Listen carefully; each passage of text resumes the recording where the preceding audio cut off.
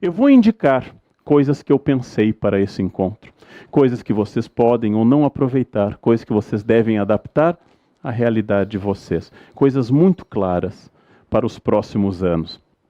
A primeira, qual é a noção do tempo relógio da minha capacidade? Pela minha experiência, inclusive coordenando coisas em escolas, a maior parte das pessoas não tem clareza nisso. Você pode entregar para a semana que vem? Posso. Quase sempre não. Quase todas as pessoas não têm a correta relação entre seu tempo relógio e a sua capacidade. Por exemplo, quantas páginas eu leio bem por minuto? Se eu não tenho resposta a esta pergunta, eu não tenho resposta se eu posso ler o relatório até amanhã. Mas as pessoas dizem, eu posso. Ou, quantas horas eu necessito de sono regularmente? Algumas precisam de 4, 5, outras precisam de 8. Quantas horas minha concentração cai? Algumas pessoas isso decai em minutos, outras têm um foco maior. Concentração é uma educação. Se eu não tenho resposta para isso, eu não posso responder a nenhum chefe e a nenhum colega se eu posso fazer essa tarefa. Há pessoas que não podem atravessar a noite trabalhando. Há pessoas que podem. São respostas muito objetivas para eu administrar meu tempo. E a primeira delas é: qual é o limite da minha capacidade? Em que eu preciso de ajuda, às vezes química, café, por exemplo, Red Bull. Vamos parar por aqui, que o Supremo ainda está debatendo o restante. Bem, multitarefas. Eu posso focar? Eu posso fazer duas coisas ao mesmo tempo? Eu estou inclinado a pensar que isso tem a ver com alguma habilidade prévia que pode ou não ser desenvolvida. Há pessoas que conseguem ver várias coisas ao mesmo tempo e há pessoas que não conseguem. E eu posso treinar um pouco isso. Eu posso focar ou eu posso dividir. Eu tenho que saber que é mais produtivo não atender celular e responder a e-mails do que fazer as duas coisas ao mesmo tempo. Bem, terceiro, mudar o tipo de tarefa, priorizar. É um conselho do Exército americano num famoso quadro. Quais são as tarefas urgentes? Quais são as tarefas não urgentes? Quais são as tarefas de médio e longo prazo? O que eu tenho que decidir para agora ou para daqui a alguns anos. Quarto, evitar sempre a tarefa seguinte. Ela é o envenenamento da atual. Se eu estiver aqui falando com vocês, onde eu creio estar na minha consciência inteiro, e não pensando no meu voo à tarde para Salvador, na palestra da noite e amanhã, eu vou tornar este momento ruim para vocês e para mim. E não vou melhorar o momento seguinte. Estar onde eu estou, concentrar-se. Estar inteiramente dedicado àquilo que eu estou como se fosse o único lugar do mundo. Isto vai dar um foco extraordinário. Usar os recursos eletrônicos e não ser usado por eles. Sair de 99,9 grupos do WhatsApp que vocês estão. Parar de receber informações inúteis que enchem de lixo, não acrescentam nada e atrasam. Característica de um loser é dividir a sua atenção com coisas sem importância. Então, quais são os recursos eletrônicos que podem me ajudar? O vício das redes sociais. Ter que comunicar tudo. Cheguei, estou aqui, kkkk. Né? Almocei, chove. Né? Pensem quais são as informações relevantes que eu preciso dar. E quais são as irrelevantes. E deixem os outros trocar informação o dia inteiro sobre o nada. E foquem naquilo que só vocês podem fazer. É um vício. Não é o patrão que tem que barrar o Face, gente. São vocês que têm que barrar o Face. São vocês que têm que estabelecer um filtro. Se vocês somarem as horas dedicadas ao Face, pensem no que representa de fato. Ou qualquer outra rede. Quando eu tenho muitas tarefas, é bom diversificá-las. O corpo e o cérebro respondem muito bem a uma atividade física, seguida de uma atividade intelectual, seguida de uma atividade afetiva. Responde muito bem ao exame de uma planilha Excel, seguido de uma análise de um texto mais geral. É muito ruim ficar em planilha Excel 12 horas seguidas. É muito ruim isso. O corpo tende a mudar o foco e o cérebro desliga automaticamente quando a repetição acontece. Voltamos ao casamento. As horas para as estratégias de médio e de longo prazo. Se eu não controlar isso, eu serei um tarefeiro.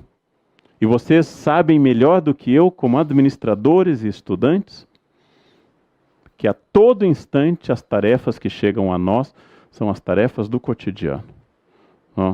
Eu aqui pensando na matriz energética do Brasil e o mundo quer que eu troque a lâmpada do corredor.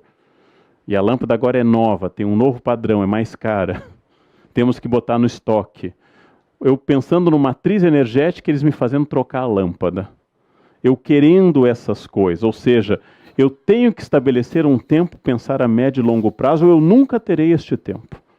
E esse tempo não pode ser sexta no final do dia. Assassinos do tempo, culpados, celular, o computador, companhias de amigos e colegas. Claro que um amigo bom é excelente. Claro que até um colega pode ser excelente, é possível. Há estudos demonstrando que há colegas interessantes. Mas a falta de objetividade nas reuniões é a morte. É a morte. As pessoas seduzidas pela própria voz. As pessoas que introduzem um tema longamente. Eu queria, isso que o diretor acabou de me pedir, que eu acho que é muito importante, assim, que eu vou expressar minha opinião. Não sei se é de todo mundo, mas eu vou falar da minha opinião neste momento e, basicamente, acho que nesse tema que nós estamos tratando, eu tenho vontade de estrangular um ser assim, gente. Eu tenho vontade de estrangular, de enfiar algum fio 220 para ver se a pessoa fala aquilo.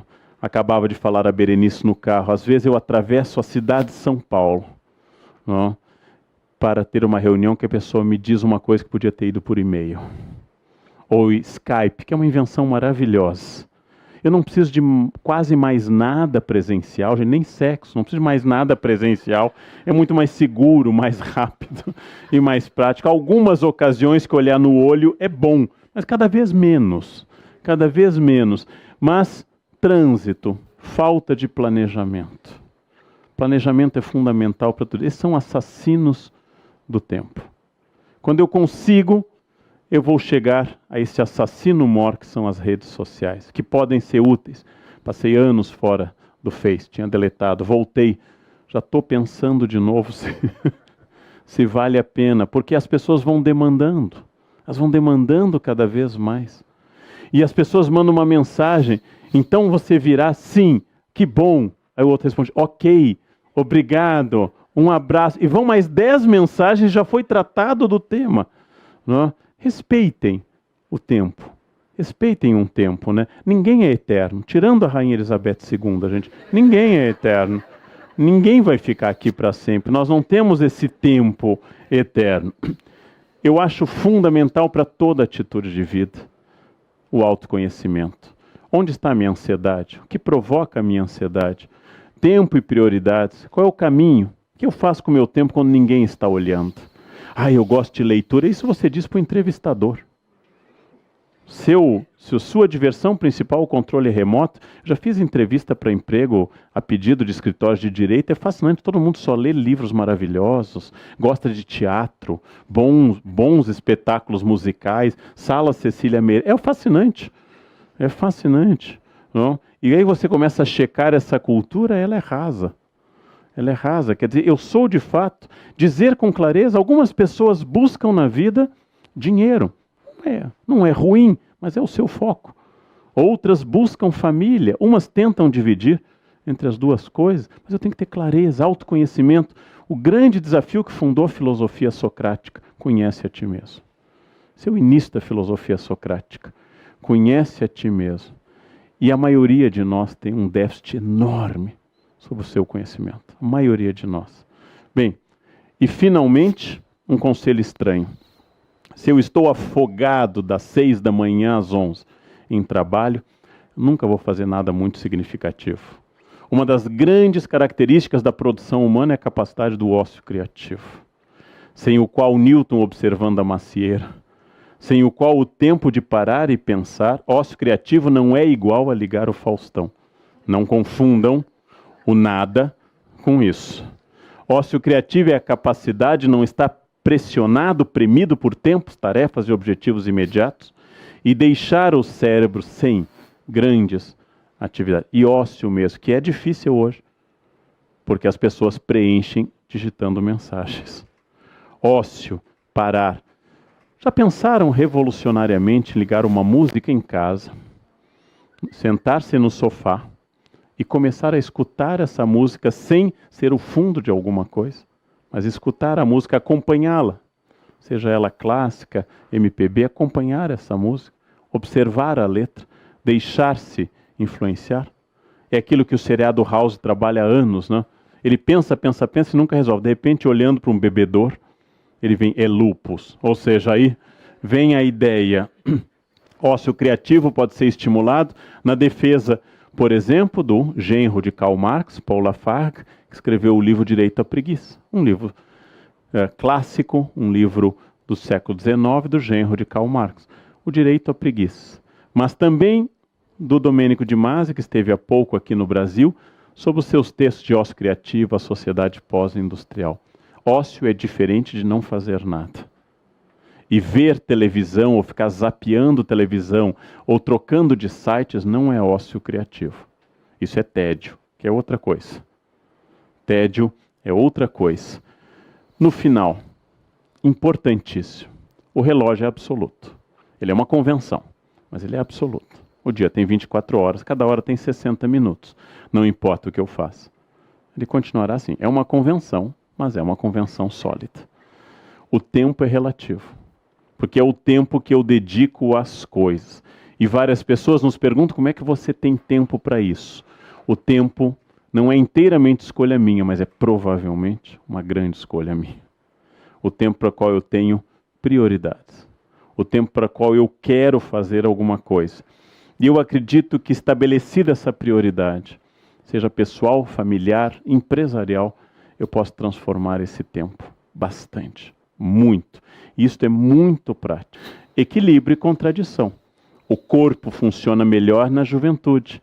Ele é um carro mais potente com um motorista não sábio, que é a cabeça mais jovem. E na maturidade ele é um carro problemático com um motorista melhor. É difícil equilibrar isso. É muito difícil. Não? É uma batalha perdida, mas é uma batalha interessante. A essa batalha geralmente chamamos vida. E novamente a imagem que pela terceira vez eu mostro da escultora Carlyle americana é isso. A cada lapidada eu estou formando aquilo que eu quero. Mas é tão difícil isso, é tão estrategicamente complicado, que é mais fácil dizer, não dei sorte. Tive azar. Não era minha hora, foi destino. Minha família nunca conseguiu. É muito mais fácil isso. Tudo.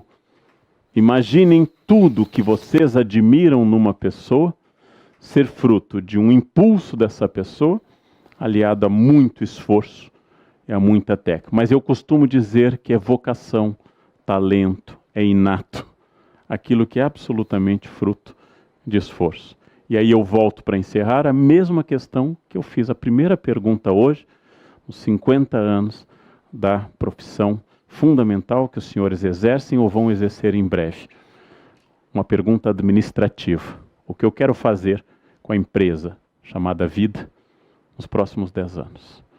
Quando eu conseguir responder a isso, serei um bom administrador e provavelmente uma pessoa mais integrada, mais total a este respeito. A isso eu chamo estratégia. Mais uma vez, parabéns aos senhores pelo dia de hoje e muito obrigado pelo convite de estar presente nessa ocasião tão especial desse Jubileu de Ouro. Muito obrigado. Obrigado.